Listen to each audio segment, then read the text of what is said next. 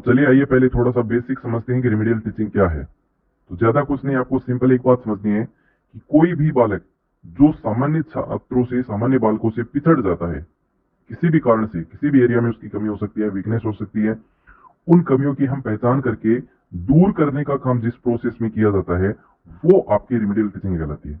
ये इसका basic concept है, यही आपको अंत तक याद रखना है।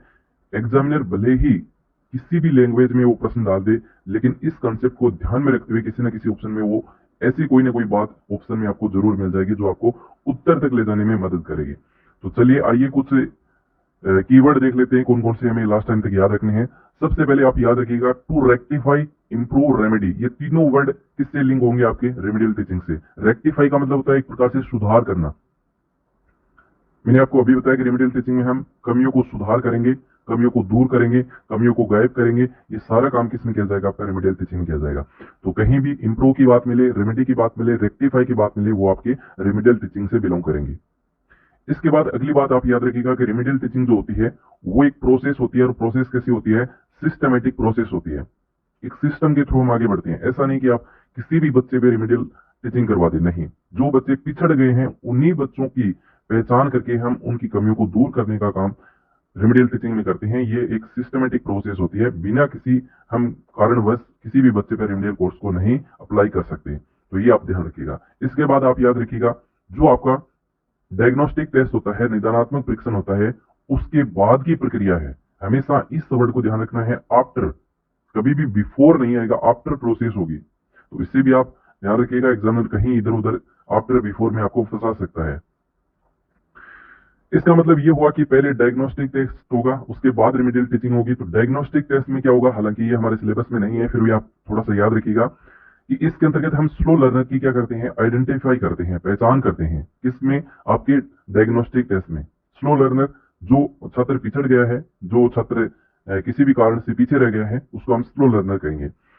Melody on language test it causes, जो आपकी लैंग्वेज टेस्ट है जिसे हम भाषाई परीक्षण लेते हैं, उसमें बच्चे की जो मेलेडी प्रकार से कमियां निकल के आती हैं, उन कमियों के हम कोजेस यानी कारणों की जानने की कोशिश करते हैं। वो किस के अंतर्गत करते हैं? आपके डायग्नोस्टिक टेस्ट के अंतर्गत। और उन कमियों की हम पहचान करके उनका हम सुधार किस प्रकार से करना है, इन्हें दूर किस प्रकार से करना है, वो हम करते हैं आपके रेमेडियल टीचिंग में।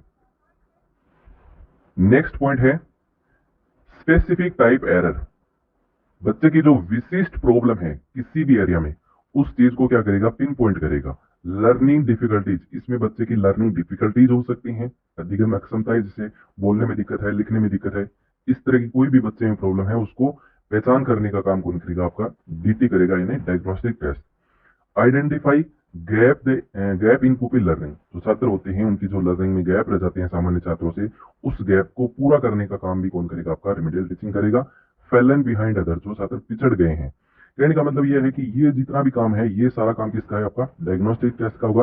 और इसको फिर उपचार करने का, इसको फिर इंप्रूव करने का, इसको फिर सुधार करने का काम किसका होगा? आपका रेमेडियल टीचिंग का होगा। तो रेमेडियल टीचिंग के बारे में हमने क्या डिस्कस किया, किन किन चीजों को इन्वॉल्व कर लेगा? ये इंप्रूवमेंट की बात करेगा, लर्निंग स्किल है उसके इंप्रूवमेंट की बात करेगा, रेक्टिफाई की बात करेगा, पर्टिकुलर प्रॉब्लम एरिया जो निकल के आई है कि इस एरिया में बच्चे की प्रॉब्लम है, उसको रेक्टिफाई करेगा। रेमेडी करेगा वीक स्टूडेंट इन लैंग्वेज, जो छात्र भाषा में कमजोर हैं, जिसके कारण वो they do not pace intelligent average genius student, जिसके कारण वो बच्चे सामान्य स्तर के बच्चे हैं, श्रेष्ठ बच्चे हैं, उनकी जो गति होती है उसके गति के अकॉर्डिंग नहीं डल पाते हैं। तो ऐसे छात्रों की जो कमियां हैं उसको दूर करने का, उसको उपचार करने का काम भी आपकी रेमेडियल टीचिंग का होगा। नेक्स्ट पॉइंट याद रखिएगा, remedial teaching part of formative assessment. Remedial teaching है वो आपका फॉर्मेटिव असेसमेंट का पार्ट माना जाता है, क्योंकि सिंपल सी बात है कि फॉर्मेटिव असेसमेंट जो होता है वो लर्निंग के दौरान होता है, ड्यूरिंग द पीरियड होता है। जैसे जैसे हम पढ़ाते हैं वैसे वैसे बच्चे का आकलन करते हैं, जिससे हमें ये पता लगता है कि इस बच्चे की इस क्षेत्र में कमी है, जिससे हम उसका डायग्नोस्टिक टेस्ट कर सकते हैं, उसके हम रेमेडियल कोर्स बना सकते हैं। रेमेडियल टीचिंग क्या है? एक सिस्टमेटिक प्रोसेस है, एक सिस्टम के थ्रू हम आगे बढ़ते हैं। जैसे सबसे पहले हम आइडेंटिफाई स्लो लर्नर, कौन सा बच्चा है, किस बच्चे की प्रॉब्लम है, उसको हम पहचानते हैं। डायग्नोस्टिक टेस्ट करते हैं, स्पेसिफिक एरिया को पिन करते हैं। उसके बाद प्रिपेयरिंग रेमेडियल कोर्स, उसके लिए कोर्स तैयार करते हैं, जिसके अंतर्गत हम ध्यान रखते हैं बच्चे की स्ट्रेंथ और वीकनेस का। ऐसा नहीं कि जैसा हमने पहले पढ़ाया वैसे ही पढ़ा दिया जाए, वैसे पढ़ाएंगे तो फिर रेमेडियल टीचिंग का मतलब क्या हुआ, है ना। तो अपना कुछ परिवर्तन करेंगे, कुछ शिक्षण विधियों में परिवर्तन करेंगे, उसमें ये देखेंगे ये बच्चे की कमजोरी है, ये बच्चे की स्ट्रेंथ है, इतना वो बच्चा इस बार ग्रहण कर लेगा। तो ये सारा काम आपकी रेमेडियल प्रोग्राम के अंतर्गत होगा और लास्ट में हम बच्चे पे रेमेडियल टीचिंग करेंगे। तो क्या पढ़ा हमने? बेसिक सी बात एक पढ़ी कि रेमेडियल टीचिंग में क्या करेंगे। पहले हम बच्चों को पढ़ाते हैं, उसके बाद टेस्ट लेते हैं, टेस्ट में जो कमियां निकल के आती हैं उस कमियों को दूर करते हैं या रीटीच करते हैं। तो ये हमने बेसिक पढ़ा है। एक प्रकार से हमने क्या पढ़ा है? सिंपल सी बात पढ़ी है, दो तीन चीजें पढ़ी हैं कि बच्चों की जो कमजोरियां हैं उन कमजोरियों को पहचान करके उन्हें दूर करना है। कुछ हमने कीवर्ड पढ़े हैं जो आपको लास्ट टाइम तक याद रखने हैं। कुछ इंपॉर्टेंट क्वेश्चन लिए हैं जो हम चाहेंगे कि इस वीडियो में खत्म कर लें। पहला प्रश्न है कि recent scheme of evaluation outline by CBSE. पहला है कॉम्प्रिहेंसिव एंड कंटिन्यूस, दूसरा है कंटिन्यूस एंड कॉम्प्रिहेंसिव। दो ही ऑप्शन है क्योंकि दोनों ऑप्शन में वो ये देखना चाहता है कि सतत पहले है या बाद में है। तो याद रखिएगा, सीसी की बात करते हैं तो कंटिन्यूस पहले आता है, कॉम्प्रिहेंसिव बाद में आता है, सतत एवं समग्र मूल्यांकन। राइट टू एजुकेशन पढ़ते हैं उसमें भी फ्री पहले आता है, फ्री एंड कंपलसरी होता है, फ्री एंड कंपलसरी। कभी भी कंपलसरी एंड फ्री नहीं होगा। निःशुल्क पहले, अनिवार्य बाद में, निःशुल्क एवं अनिवार्य। ठीक है, इसके बाद ये अपना बी ऑप्शन हो जाएगा। अगला प्रश्न है रेमेडियल टीचिंग शुड भी होना चाहिए carry out after identification of. किस चीज की पहचान करके हम रेमेडियल टीचिंग जो है वो करवाते हैं? Text and test, text and learning, malady on language test and its causes. तो ये बिल्कुल सही आंसर बन जाएगा, option number C is the correct answer. ये हम ऊपर बात कर चुके हैं। Remedial programme is preparing of teaching, pre teaching programme, systematic process, random process. तो मैंने अभी आपको बताया था ये एक सिस्टमेटिक प्रोसेस है, बिल्कुल आपका सी आंसर बन जाएगा आराम से। नेक्स्ट प्रश्न है remedial programme is design keeping in mind. Remedial programme को हम डिजाइन करते हैं तो हमारे माइंड में क्या होना चाहिए, क्या हमारे जहन में होना चाहिए? ईच स्टूडेंट स्ट्रेंथ, प्रत्येक बच्चे की जो स्ट्रेंथ है वो हमें मालूम होनी चाहिए, वीकनेस मालूम होनी चाहिए, दोनों होना चाहिए या फिर नन ऑफ दिस। तो बिल्कुल इसका सही आंसर रहेगा ऑप्शन नंबर सी। कईयों ने ये कहा कि इसका ऑप्शन जो है वो सी ही होगा, केवल हम वीकनेस ही देखते हैं, ऐसा नहीं है। आपने बच्चे को पहचान लिया कि इस बच्चे की इस एरिया में कमी है, आप उसके लिए रेमेडियल कोर्स बनाते हैं तो सिंपल सी बात है कि आप पहले पढ़ाया उससे अलग ही पढ़ाएंगे। पहले जैसा पढ़ा देंगे तो फिर रेमेडियल टीचिंग कहाँ हुई, है ना? तो जब आप दोबारा पढ़ाते हैं, दोबारा प्रोग्राम को डिजाइन करते हैं तो उसमें सारी चीजें ध्यान रखते हैं कि यार इस बार कितना बच्चा ग्रहण कर पाएगा, तो ये इस बच्चे की स्ट्रेंथ है ना? तो दोनों चीजों को हम ध्यान में रखते हुए प्रोग्राम को डिजाइन करते हैं। अगला प्रश्न है the basic requirement of language proficiency test that it must be. कैसा होना चाहिए? रिलायबल होना चाहिए, कॉम्प्लेक्स जटिल होना चाहिए, एम्बिगाउजेज स्पष्ट होना चाहिए, सिंपल सरल होना चाहिए। तो कभी सिंपल नहीं होगा, जटिल नहीं होगा। लैंग्वेज टेस्ट की बात करते हैं तो वो हमेशा रिलायबल होना चाहिए, विश्वसनीय होना चाहिए। सारे प्रश्न एग्जाम में आए हुए हैं। अगला प्रश्न है the aim of remedial teaching. मुख्य लक्ष्य क्या है रेमेडियल टीचिंग? एम क्या है? To diagnose learning difficulties, to eliminate ineffective habit, तीसरा है रीटीच इनकरेक्टली स्किल, और चौथा है both A B and C. तो राइट आंसर रहेगा ऑप्शन नंबर डी। जो आपके इनकरेक्टली जो स्किल हैं उसको हम क्या करेंगे? रीटीच करेंगे, इंप्रूव करेंगे। इनएफेक्टिव हैबिट, बच्चे की जो गलत आदतें हैं, बुरी आदतें हैं जो उसके शिक्षण में बाधा उत्पन्न कर रही हैं, उनको हम क्या करेंगे? एलिमिनेट करेंगे, गायब करने की कोशिश करेंगे, सुधार करने की कोशिश करेंगे। टू डायग्नोस लर्निंग डिफिकल्टीज, ये काम जो होता है ये हमारा किसका काम होता है? डायग्नोस्टिक टेस्ट का होता है, रेमेडियल टीचिंग का नहीं होता है। नेक्स्ट है remedial work for spoken English.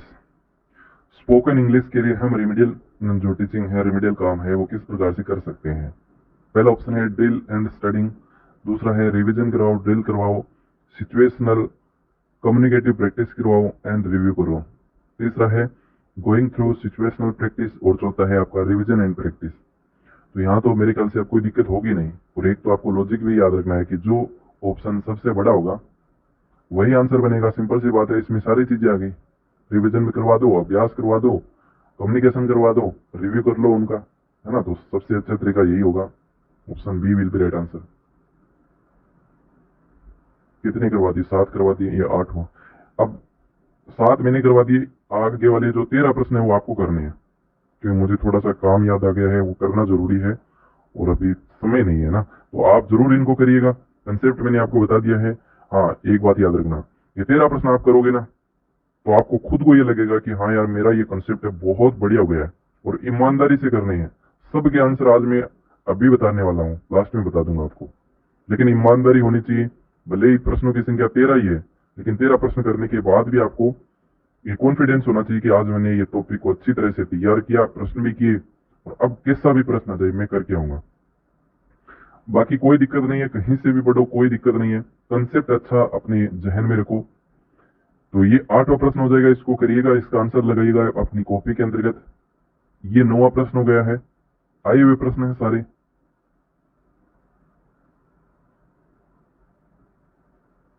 और किसी भी प्रश्न में फिर भी दिक्कत आती है तो मैंने आपको कहा है कि हम अब जैसे ऑब्जेक्ट, जैसे आपका सब्जेक्टिव वाला मैटर था कि जो थ्योरी वाला मैटर था वो मैंने आपको कंप्लीट करवा दिया है शिक्षण विधियों का। तो हम एक टेस्ट सीरीज शुरुआत कर लेंगे टॉपिक वाइज। तो उनमें कोई प्रश्न में दिक्कत आती है, जैसे 9वां प्रश्न है, 10वां प्रश्न समझ में नहीं आया, तो आप लिख दीजिएगा, उसको हम ले लेंगे अपने प्रैक्टिस में, उसमें फिर समझा देंगे। ये 10वां प्रश्न हो जाएगा।